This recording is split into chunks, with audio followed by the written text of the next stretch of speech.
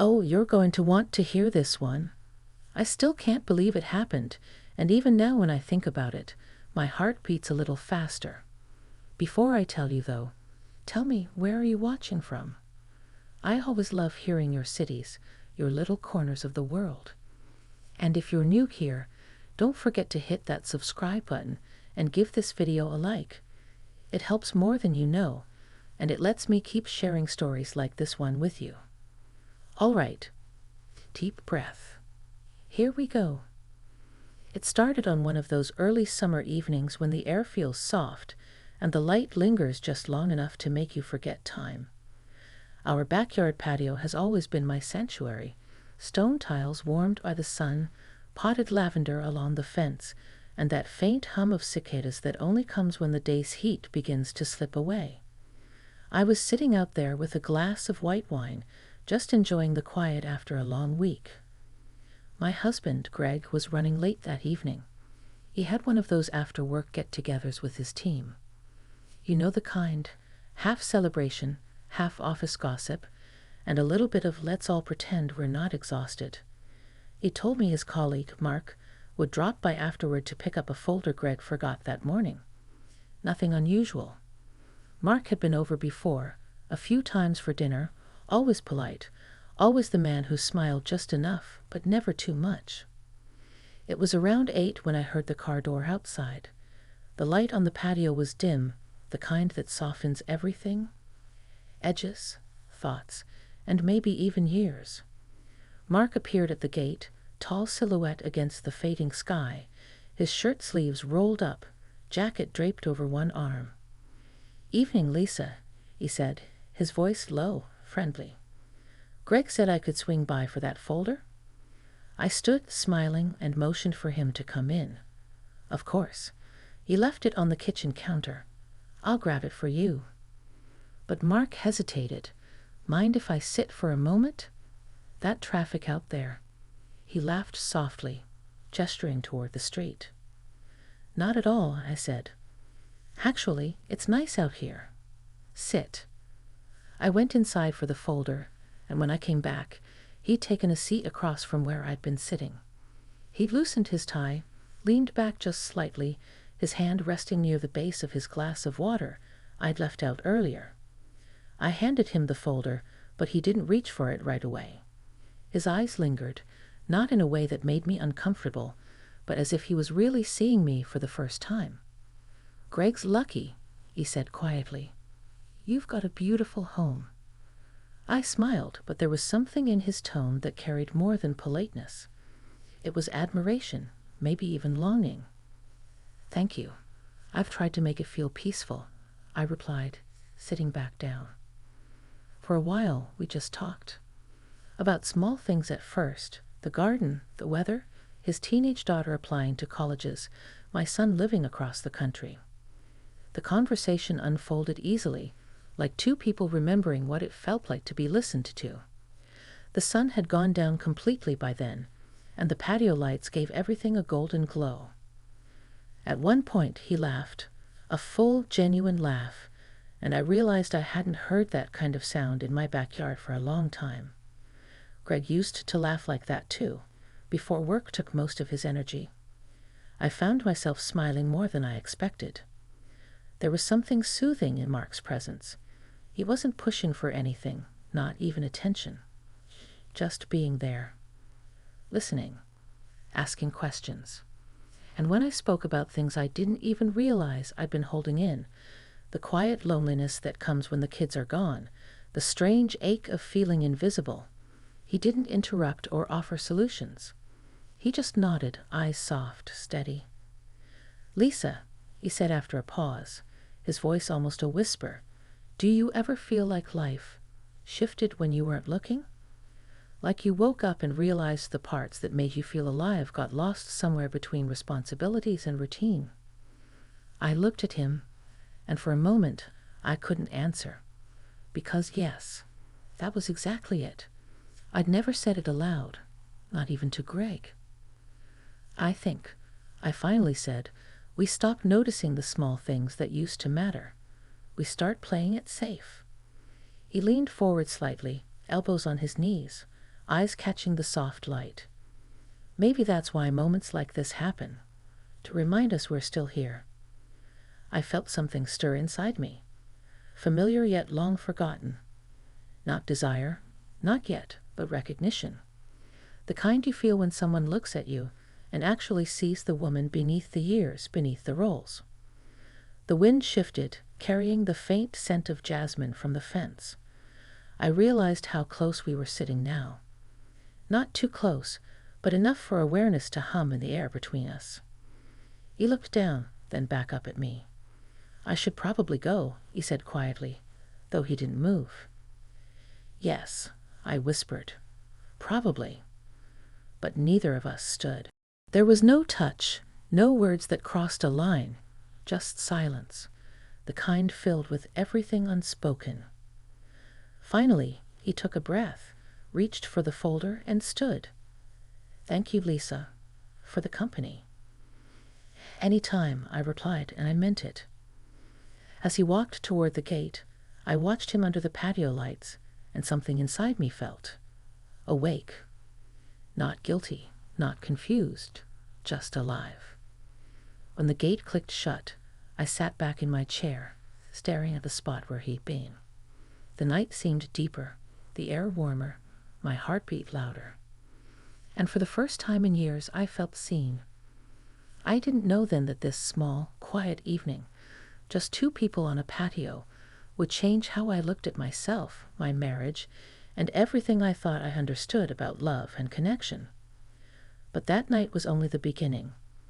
The next morning, sunlight poured across the kitchen floor in long golden strips, warming the tiles beneath my bare feet. I stood at the counter, coffee in hand, listening to the quiet hum of the refrigerator. Greg was already gone for the day, his half-empty mug still on the table, a familiar sight, somehow comforting and distant all at once. But the calm didn't settle the way it usually did. My thoughts kept circling back to the patio, to that conversation, to Mark. It wasn't about attraction. It was something gentler, more confusing. He'd said things that echoed in the empty spaces of my morning, about feeling lost in the current of everyday life, about waking up one day and realizing the world had grown quieter inside you. I'd brushed those thoughts aside for years, hiding them under errands, family calls, weekend plans. But now, they lingered. That afternoon, I decided to water the garden, something I hadn't done myself in weeks. Kneeling by the lavender beds, I felt the soil between my fingers, cool and alive. The scent of rosemary drifted up, sharp and familiar, reminding me of dinners from long ago when Greg and I first moved here. We were younger then, full of plans and energy, laughing over burnt meals and mismatched plates. I could still see it clearly, the two of us sitting outside, making promises we never knew life would quietly reshape. I smiled at the memory, though it ached a little. Just then, my phone buzzed. It was a message. Thanks again for the talk last night. You have a way of making things feel lighter. I stared at the screen. Mark. For a moment I hesitated, but then I typed back, "It was nice talking to you too. You made me think about things I hadn't in a long time." I put the phone down and kept watering. Simple words, but somehow they felt like a window had opened. Days passed. The memory of that evening didn't fade, but it softened, like ripples after a stone drops into water. Then, about a week later, Greg mentioned casually that his team was planning another little get-together. This time, he wanted me to come. "They all think you're a mystery," he said with a grin. "Mark especially. He said you're easier to talk to than most people." I laughed, brushing it off, though something stirred inside me again. Not excitement exactly, more like curiosity. The restaurant was lively that evening, full of voices and the clinking of glasses. I wore a soft blue dress I hadn't taken out in years, not fancy, just comfortable, something that made me feel like myself. When we arrived, I spotted Mark near the back, talking with two others from the office. He looked up as we approached, and his expression changed, that same quiet warmth in his eyes, the kind that doesn't need words. He stood, pulled out a chair for me, and smiled. "Lisa, good to see you again." "Good to see you too," I said, and I meant it. Throughout the evening, we all talked, laughed, shared small stories about work and home, life and time. It was ordinary in every way, and yet something about it felt extraordinary. Maybe it was because I was paying attention in a way I hadn't in years. To people, to moments, to myself. When Greg went to speak to someone across the room, Mark leaned in just a little, his voice low but kind. "You seem lighter tonight," he said. "Do I?" I smiled. "Maybe I'm just remembering how to breathe." He nodded, looking at me for a moment before glancing down at his glass. "You remind me that it's okay to slow down, to notice things." There it was again, that steady, quiet connection. Not romantic, not dangerous. Just two people seeing the world through the same tired, hopeful eyes. Later, when we were leaving, Mark thanked Greg for inviting me. Then he turned to me. "Take care of that garden," he said. "It suits you." I smiled all the way home. That night, sitting in bed beside Greg, I felt something unfamiliar. Not guilt, not confusion, but gratitude. For the reminder that life still held newness, even in the most unexpected corners. For the chance to see myself not as someone fading quietly into the background, but as someone still growing, still changing. And as I turned off the light, I whispered a quiet thank you. Not to anyone in particular, but to the universe for nudging me awake again. I didn't know it then, but that sense of renewal, that fragile awareness, would lead to something deeper. Something that would reshape how I saw not just Mark, but myself, and the life I'd built piece by piece. The following weeks felt different, though nothing outwardly had changed. The days still began with coffee, the quiet rustle of the newspaper, and the sound of Greg's car pulling out of the driveway. Yet there was something softer about the mornings now, something that made me look around with fresh eyes, the light across the patio tiles, the way the air moved through the curtains. It's strange how small shifts in perspective can make the familiar feel new. I started tending the garden more regularly, talking with neighbors I hadn't really noticed in years, and taking long evening walks just for the sake of feeling the cool air on my face. Mark and I didn't talk much after that dinner, a message here and there, usually about something simple. But his words from that night stayed with me. "You seem lighter." One Saturday afternoon, as I was trimming the roses, Greg came out to the patio holding 2 glasses of lemonade. "You've been out here a lot lately," he said, smiling. "I have," I admitted. "I forgot how much I love it. I used to come out here every evening." He looked around, nodding. "I remember. We'd sit out here until it got dark. You'd complain about the mosquitoes, and I'd pretend not to notice." We both laughed. It was such a small thing, but for a moment it felt like we'd found a piece of something we'd misplaced years ago. I realized then how easy it is for 2 people to drift, not out of anger or disappointment, but simply because life fills the spaces between them with noise. Work, family, responsibilities, all of it crowding out the quiet places where connection used to live. That evening, Greg grilled dinner outside for the first time in months. We sat together as the sun went down, just talking, just being. The warmth of the moment reminded me that love doesn't disappear. It just waits for you to look up and notice it again. A few days later, I ran into Mark at the local market. He was in the produce aisle, debating between 2 bunches of parsley of all things. When he spotted me, he smiled. "Lisa, the garden guru herself." I laughed. If only you knew how many plants I've killed trying to earn that title. We talked for a few minutes, about work, about his daughter's college applications, about how quickly the summer was moving. It felt natural, easy, unforced. When we said goodbye, he said something that lingered long after I left. "Thanks for being a good listener," he said. "Sometimes people don't realize how much that matters." On the drive home, I thought about that, how much listening can mean. Maybe that's what had been missing in my life. Real listening, real attention, not just from others, but from myself. That night, I sat out on the patio again. The lavender was in bloom, filling the air with that soft, clean scent that always reminds me of peace. I thought about the past few months, the quiet evenings, the unexpected conversations, the rediscovered moments with Greg. And I realized something simple but powerful, that awakening doesn't always come from grand gestures or dramatic change. Sometimes it begins with a single conversation that reminds you you're still capable of feeling deeply, still capable of growth. I wasn't the same woman I'd been at the start of the summer. Something inside me had opened, a gentleness, a kind of curiosity about the world and about myself. When Greg joined me on the patio later that night, he handed me a cup of tea and said, "You seem different lately, happier." I smiled at him, the kind of smile that comes from truth rather than habit. "Maybe I'm just finally paying attention again," I said.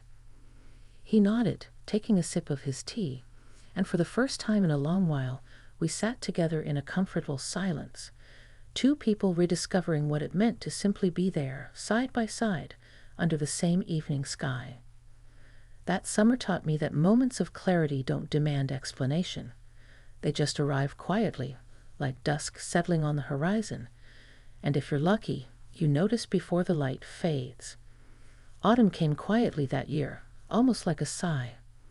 The lavender had faded, the air turned crisp, and the first leaves had begun to gather along the patio steps. I loved that in-between time, when summer's brightness softened and the world seemed to pause before winter. It always made me reflective, maybe even a little sentimental. One morning, I stepped outside with my cup of coffee, wrapping a shawl around my shoulders. The garden looked different now, subdued but beautiful in its own way. The roses had gone, but the marigolds stood stubbornly bright. I smiled at them, thinking how they reminded me of something Mark once said, that some things bloom longest when you least expect them to. We hadn't spoken much lately.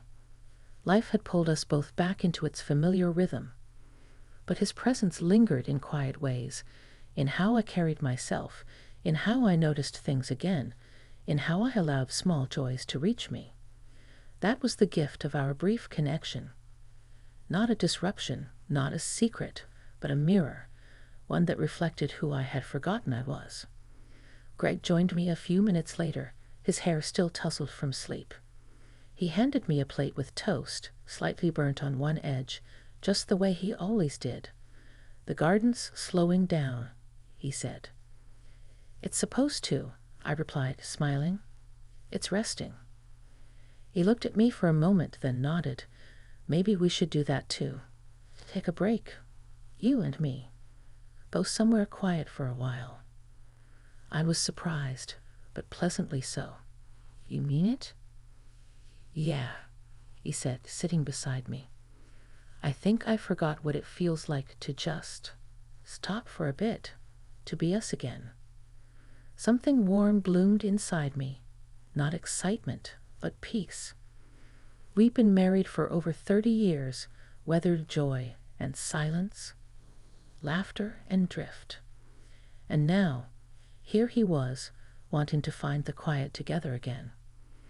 Later that week, we packed a small bag and drove up to the mountains, to a cabin we used to visit when the kids were small.